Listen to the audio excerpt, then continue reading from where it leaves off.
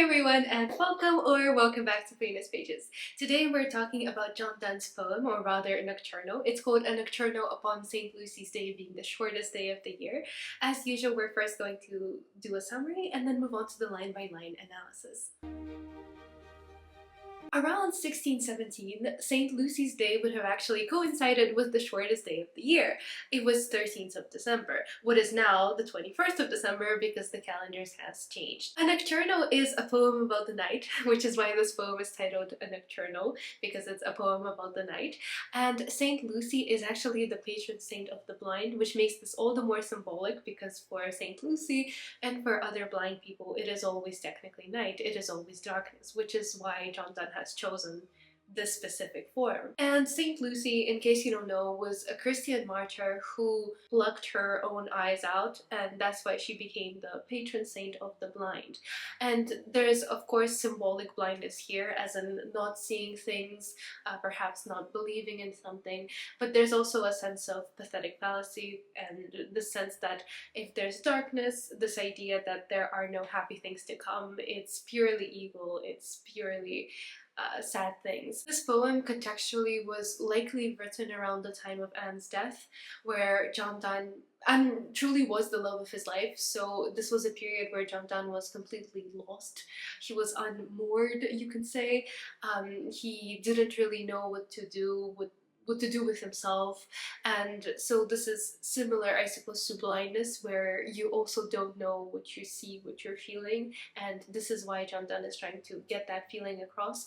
And the poem is mostly written in iambic pentameter, the rhythm of love as we know from Shakespeare, but there is occasional tetrameter going through the poem as well, and it's largely written in quite simple, prosaic, monosyllabic language to really showcase the emotional weight of the tone, that it doesn't need this complex meter to show their emotion. It's very simple. It's sadness, it's darkness, and it's that John Donne wants to convey. And the rhyme scheme is A, B, B, A, C, C, C, D, D, and you have pairs, but they're separated, which again highlights the sense of separation. 'Tis the year midnight, and it is the day's Lucy's, whose scarce 7 hours herself unmasks. The sun is spent, and now his flasks send forth light quibs, no constant rays. The world's whole sap is sunk, the general balm the hydroptic earth has drunk. Whither, as to the bed's feet, life is shrunk, dead and interred, yet all these seem to laugh, compared with me, who am their epitaph. So it is the midnight of the year. It is the day when it is most dark. See, it is the day of Lucy, who barely shows herself for even 7 hours. Notice how he says Lucy and not Saint Lucy, how it's casual, how it's supposed to be that she's almost like us, that she mirrors us, that we can identify with her. Well, that this persona at least can identify with her. He's also like her, wandering around, dark, lost, and sad, and desperate, because Lucy's story is one of desperation. She didn't want to get married so much that she was willing to get rid of her eyesight. And the sun is spent, so the sun is over, and there's a little conceit here, because even grieving John Donne is John Donne. The conceit here is of an exploding sun, and the sun is personified, so it's almost like the sun is fighting a battle, and he's about to lose his own battle, so it's his flasks, so his flask of gunpowder are sending forth the final light squibs. So he's fighting against the night, and the sun is desperately losing. So he's shooting out small rays of sun, these squibs of sun. They're not concentrates, but they're final attempts to keep clinging on the shortest day of the year, because the sun is about to be defeated. We know the outcome of this battle, and that's that the night and St. Lucy will emerge victorious. And notice how the third line is in iambic tetrameter. So actually there's a sense of the mind in turmoil, there's a broken mindset, there's an uncertainty, a lack of calm due to the realization that the sun is losing, and there's also a triple rhyme here, so drunk, shrunk, laugh, and all the particularly sad words are rhymed. They're not words like sun, they're not words like fighting or for happiness, right? It's these specifically sad words to accentuate and emphasize that if anything, the words that echo in this poem are the words of sadness, the melancholy, the emotion that Donne is feeling. Notice also the emphasis with the I ams on line 5, the sponsi, the world whole sap is sunk. It really slows it down. It highlights that the world is sunk, but also whole sap. So it's very slowed down. It's almost like that line itself is sinking, in line with Donne's feeling that his world is sinking, his world is disappearing. And it's this idea of the earth being all dried out, this idea of the last of his love completely disappearing like sap into this earth, that this earth is drying up so quickly, the sun is disappearing so quickly, there is no light, there is no happiness, there is only the imminent approaching darkness. And hydroptic earth, it's that idea of the earth observing the water, and that is actually like, that's it, all the water has gone, all the fluid has been absorbed. So it's this conceit of an old man in bed who has so many wrinkles that it's almost like all the water has left his body. Dead and buried, yet all seem to laugh compared to me. So interred is from the Latin terra, the earth. So I'm in terra, into the earth, buried away from this world. And laugh and epitaph, so it's this irony of rhyming these two completely different words. And an epitaph is typically an inscription on a gravestone, so it's really the final words that one can say to their beloved, and here he's rhyming that with laughed. So it's words that don't really go together. You can say it's an oxymoron, but the irony is, of course, that he's using this to say that actually he's kind of enjoying the fact that it's now going to be all dark, because it mirrors the feelings that he's actually having. And he's also saying that everyone seems to laugh and move on, but again, that's not about me. So it's almost like this is his burial and all of nature is laughing at him. He's the gravestone.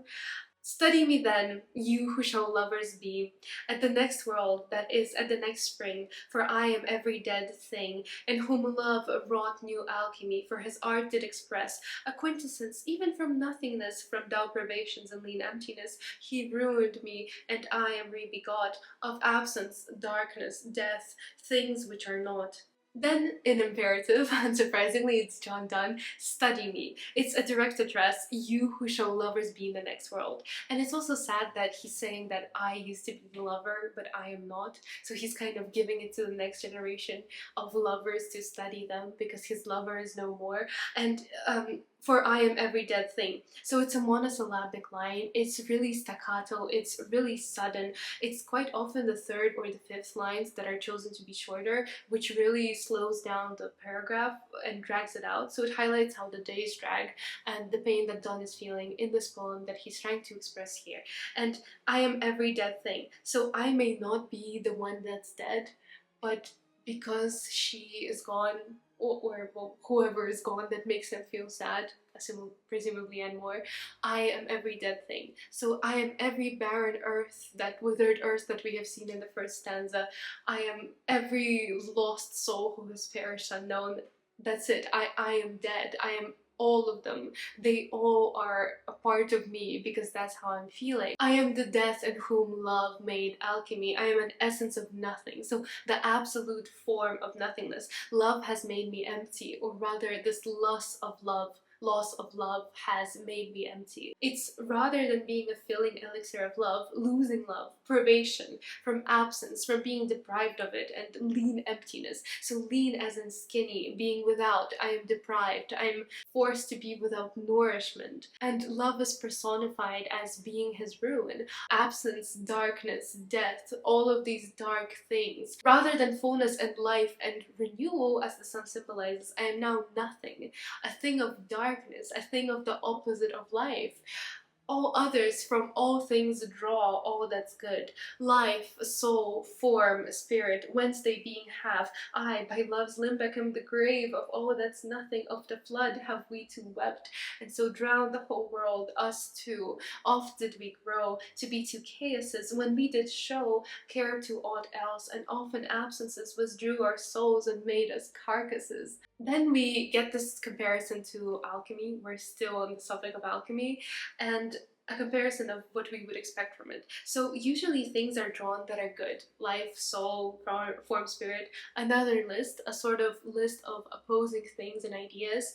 And then once they have had from love's limbeck, it's the modern version of limbic, so the old version of this apparatus for distillation. It's again that idea that we see in a lot of dance poems, that love is the most pure thing, that love is the quintessence of everything. So we're trying to distill the elements of love here. But I am the grave. I have buried alchemy's hopes because there's nothing in me to distill. There is nothing left in me, and perhaps he's saying that there's nothing left in him because his soulmate has gone. So his soulmate is the other part of him. So he's incomplete, and so there's nothing in him. His very soul is gone. That's it. He's just an empty shell. So he is the burial of our alchemy because there's nothing that they can get out of him. And in the third stanza, there's a full stop after of all that's nothing. So this is one of the only caesura. There's a stop, there's a pause. It's almost like he can't carry on. He's once again, he's wading through. It's unclear where he's going. He's just forced to go and then to eventually move to a halt. And then we move to this idea of a flood, of us two weeping, again, of drowning the whole world. There's repetition. We are two chaoses, the forces that destroy the world with their chaos and the emotion that they feel for each other. When we try to be something else, our absences withdrew our souls. They made us carcasses. They made us empty bodies. So we can't be anything else than what we already are and what we already feel for each other. And trying to do without it, so even now trying to calm myself down, is what made us just empty shells. I am by her death, which word wrongs her, of the first nothing the elixir grown. Were I a man, that I were one, I needs must know I should prefer. If I were any beast, some ends, some means, yeah, plans, yeah, stones the test, and love all some properties invest. If I an ordinary nothing were, as shadow, a light and body must be here. But I am by her death is this sharp turn away from the last stanza that we saw. So from we and that Platonic idea of soulmates, and now suddenly he uses I, and he uses the word death, and he uses death, but he says that this word wrongs her. It doesn't do justice. Death is simply moving from one world to the next, but that's not what happened here. I have lost a part of my soul. This amazing, incredible woman that I loved has gone, and to use this word death that we can use for anything, it's wrong. It's not suitable. And also it's because it's not suitable because he can't bear it. He can't admit it. Of the first nothing the elixir grown, I am made out of the first nothing. I am the first emptiness. He then moves on to this idea that if he wasn't a man, if I were a man, if he was a beast or another part of nature, plants or stones, I would be more substantial or meaningful, all properties invest. So he's saying, if I were any other thing than me, I would be more important than what I am right now. But I am not. I am an ordinary nothing. I am the shadow of a man. There should be a light within me, but it's not here. It's a very hopeless, almost godless poem, because essentially what he's saying is that I am nothing. Like, that's it. If I am gone, there is nothing. There is no afterworld. There is no promise of salvation for me. That's it. I am emptied out. I am an empty shell. When I die, it's almost as if I have never been. It's almost as if nothing has came and nothing has departed, which means that there has been no trace, nothing left. I am none, nor will my sun renew, you lovers for whose sake the lesser sun at this time to the goat is run to fetch new lust and give it you. Enjoy your summer all, since she enjoys her long night's festival. Let me prepare to ward her, and let me call to this hour her vigil and her eve, since this both the years and the day's deep midnight is. Again, the last stanza starts with but, this conjunction of however. I am none, I am nothing, nor will my sun renew, nor will I come again. My longest day is never ending now because I am in constant night. And there is also a full line in the first line, and stopped. It's a definite ending. The poem's kind of ending, reminding us of the ending. So you lovers, addressed to you, for whose sake the lesser sun, so the actual sun, she was my sun. This this is just the lesser sun, the remainder, the dollar store version, if you will. So it's this cheap substitute for what something actually is. You lovers who are less deep than us, you for whom the actual sun rises, because we don't need no sun. I had the sun and it was Anne or this woman, and you lovers for whom this other sun rises, at this time the goat is run. So there's a personification of Capricorn, so a reference to Capricorn here to do with the time of the year. And I have to admit, this part I am always a bit confused. Geography is not my strong suit, but essentially what he's saying here is that the Tropic of Cancer, the Tropic of Capricorn, which is correlated with the shortest day of the year. So it's to do with the constellation. So kind of like the stars run you out, run to you, to the sun. So everything is dependent on the night to lead to this day of the year, and the sun on any other day to fetch new lust. I hope I understood this part correctly.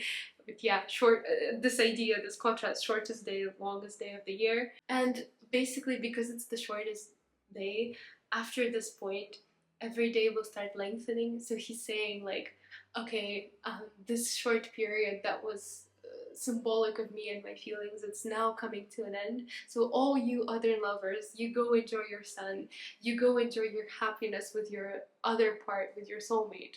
And because it's kind of like Lucy is also his lover here, he's saying that since she enjoys this day, since it's like her day, let me prepare myself towards her, let me hold vigil. She enjoys herself, so let me make this day even greater for her, and let me come towards her, let me move towards her. So in other words, he's preparing to meet her. Yes, he's preparing to meet the night.